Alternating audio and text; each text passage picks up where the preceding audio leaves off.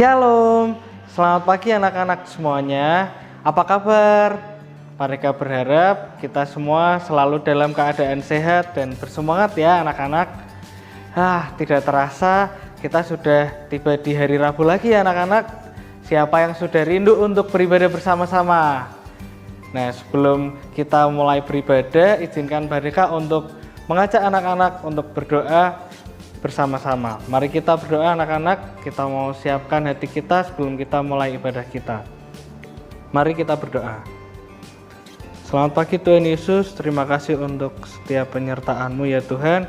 Sebentar kami akan memulai ibadah kami, kiranya Tuhan memberikan kami hati yang fokus dan kami siap untuk mengikuti ibadah dengan baik dari awal pertengahan hingga akhirnya. Terima kasih Tuhan, haleluya, amin.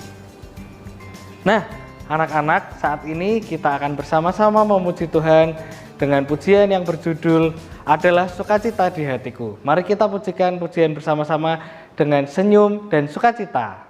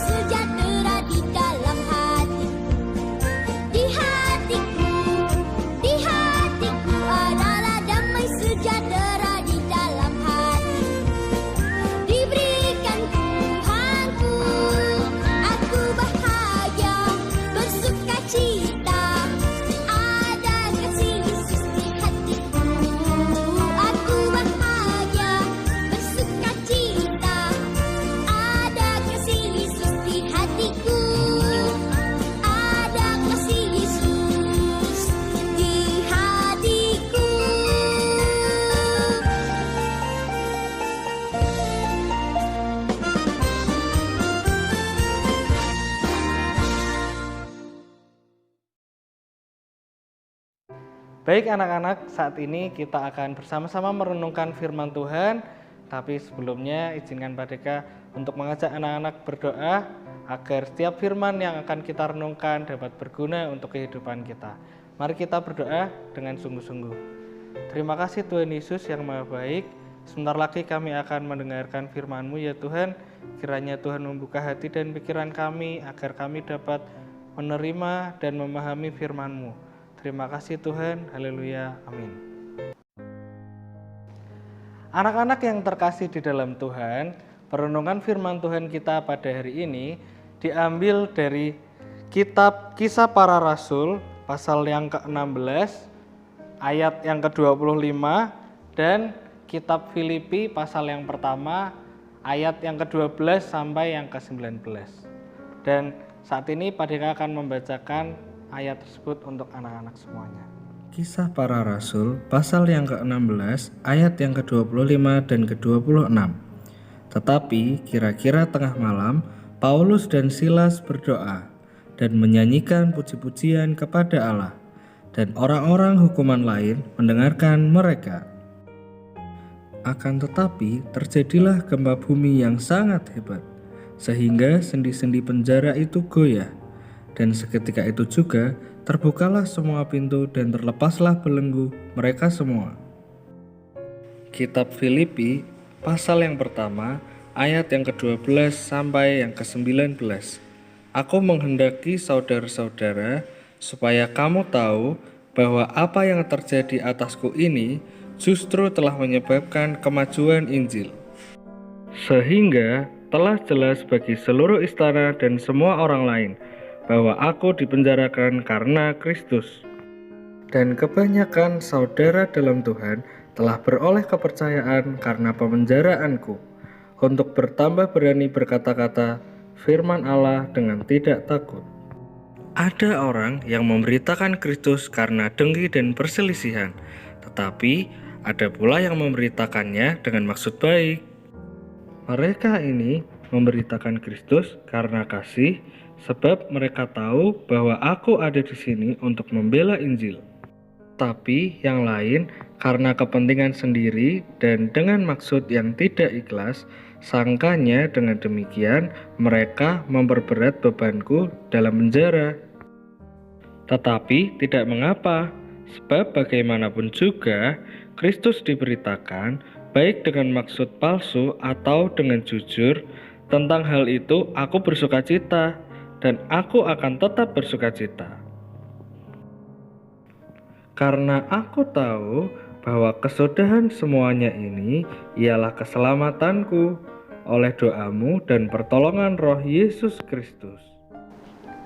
Anak-anak yang terkasih di dalam Tuhan Yesus Kristus, perenungan firman Tuhan kita hari ini didasari oleh cerita tentang Rasul Paulus dan sahabatnya Silas yang melakukan pelayanan di kota Filipi. Rasul Paulus dan Silas memberitakan Injil serta mengusir roh-roh jahat yang ada di kota Filipi. Tetapi karena orang-orang yang ada di kota Filipi tidak suka dengan apa yang mereka lakukan, maka Rasul Paulus dan Silas dimasukkan ke dalam penjara. Tetapi hal itu tidak membuat Rasul Paulus menjadi marah kepada Tuhan. Tetapi kita bisa lihat di Kisah Para Rasul pasal yang ke-16 di ayat yang ke-25 dan ke-26 tadi, Rasul Paulus dan Silas tetap memuji Tuhan dan berdoa sehingga mujizat Tuhan terjadi. Penjara yang ditempati oleh Rasul Paulus mengalami gempa bumi dan semua pintu dapat terbuka. Nah, dari kisah ini juga kita bisa belajar 3 hal dari cerita ini.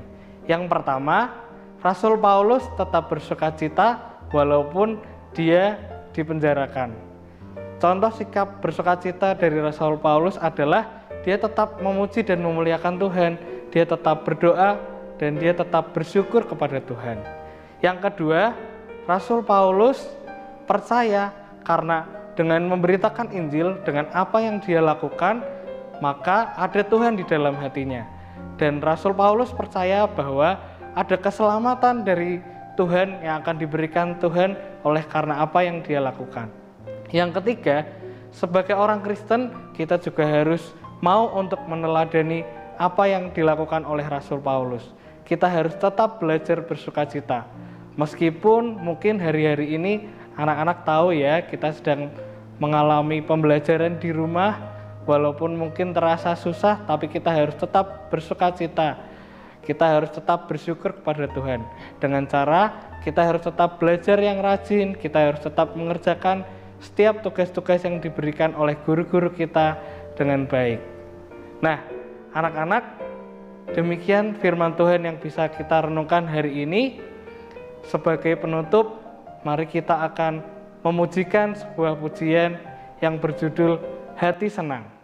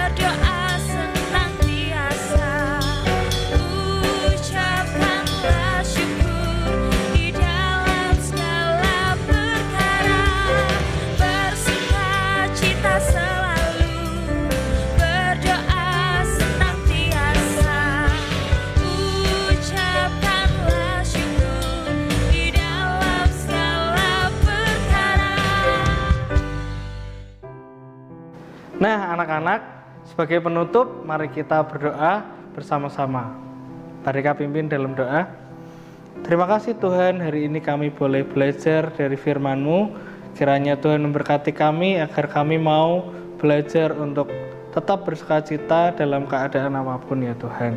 Kiranya Tuhan memberkati kehidupan kami sehari-hari agar kami selalu bersyukur kepada Tuhan. Terima kasih Tuhan, haleluya, amin.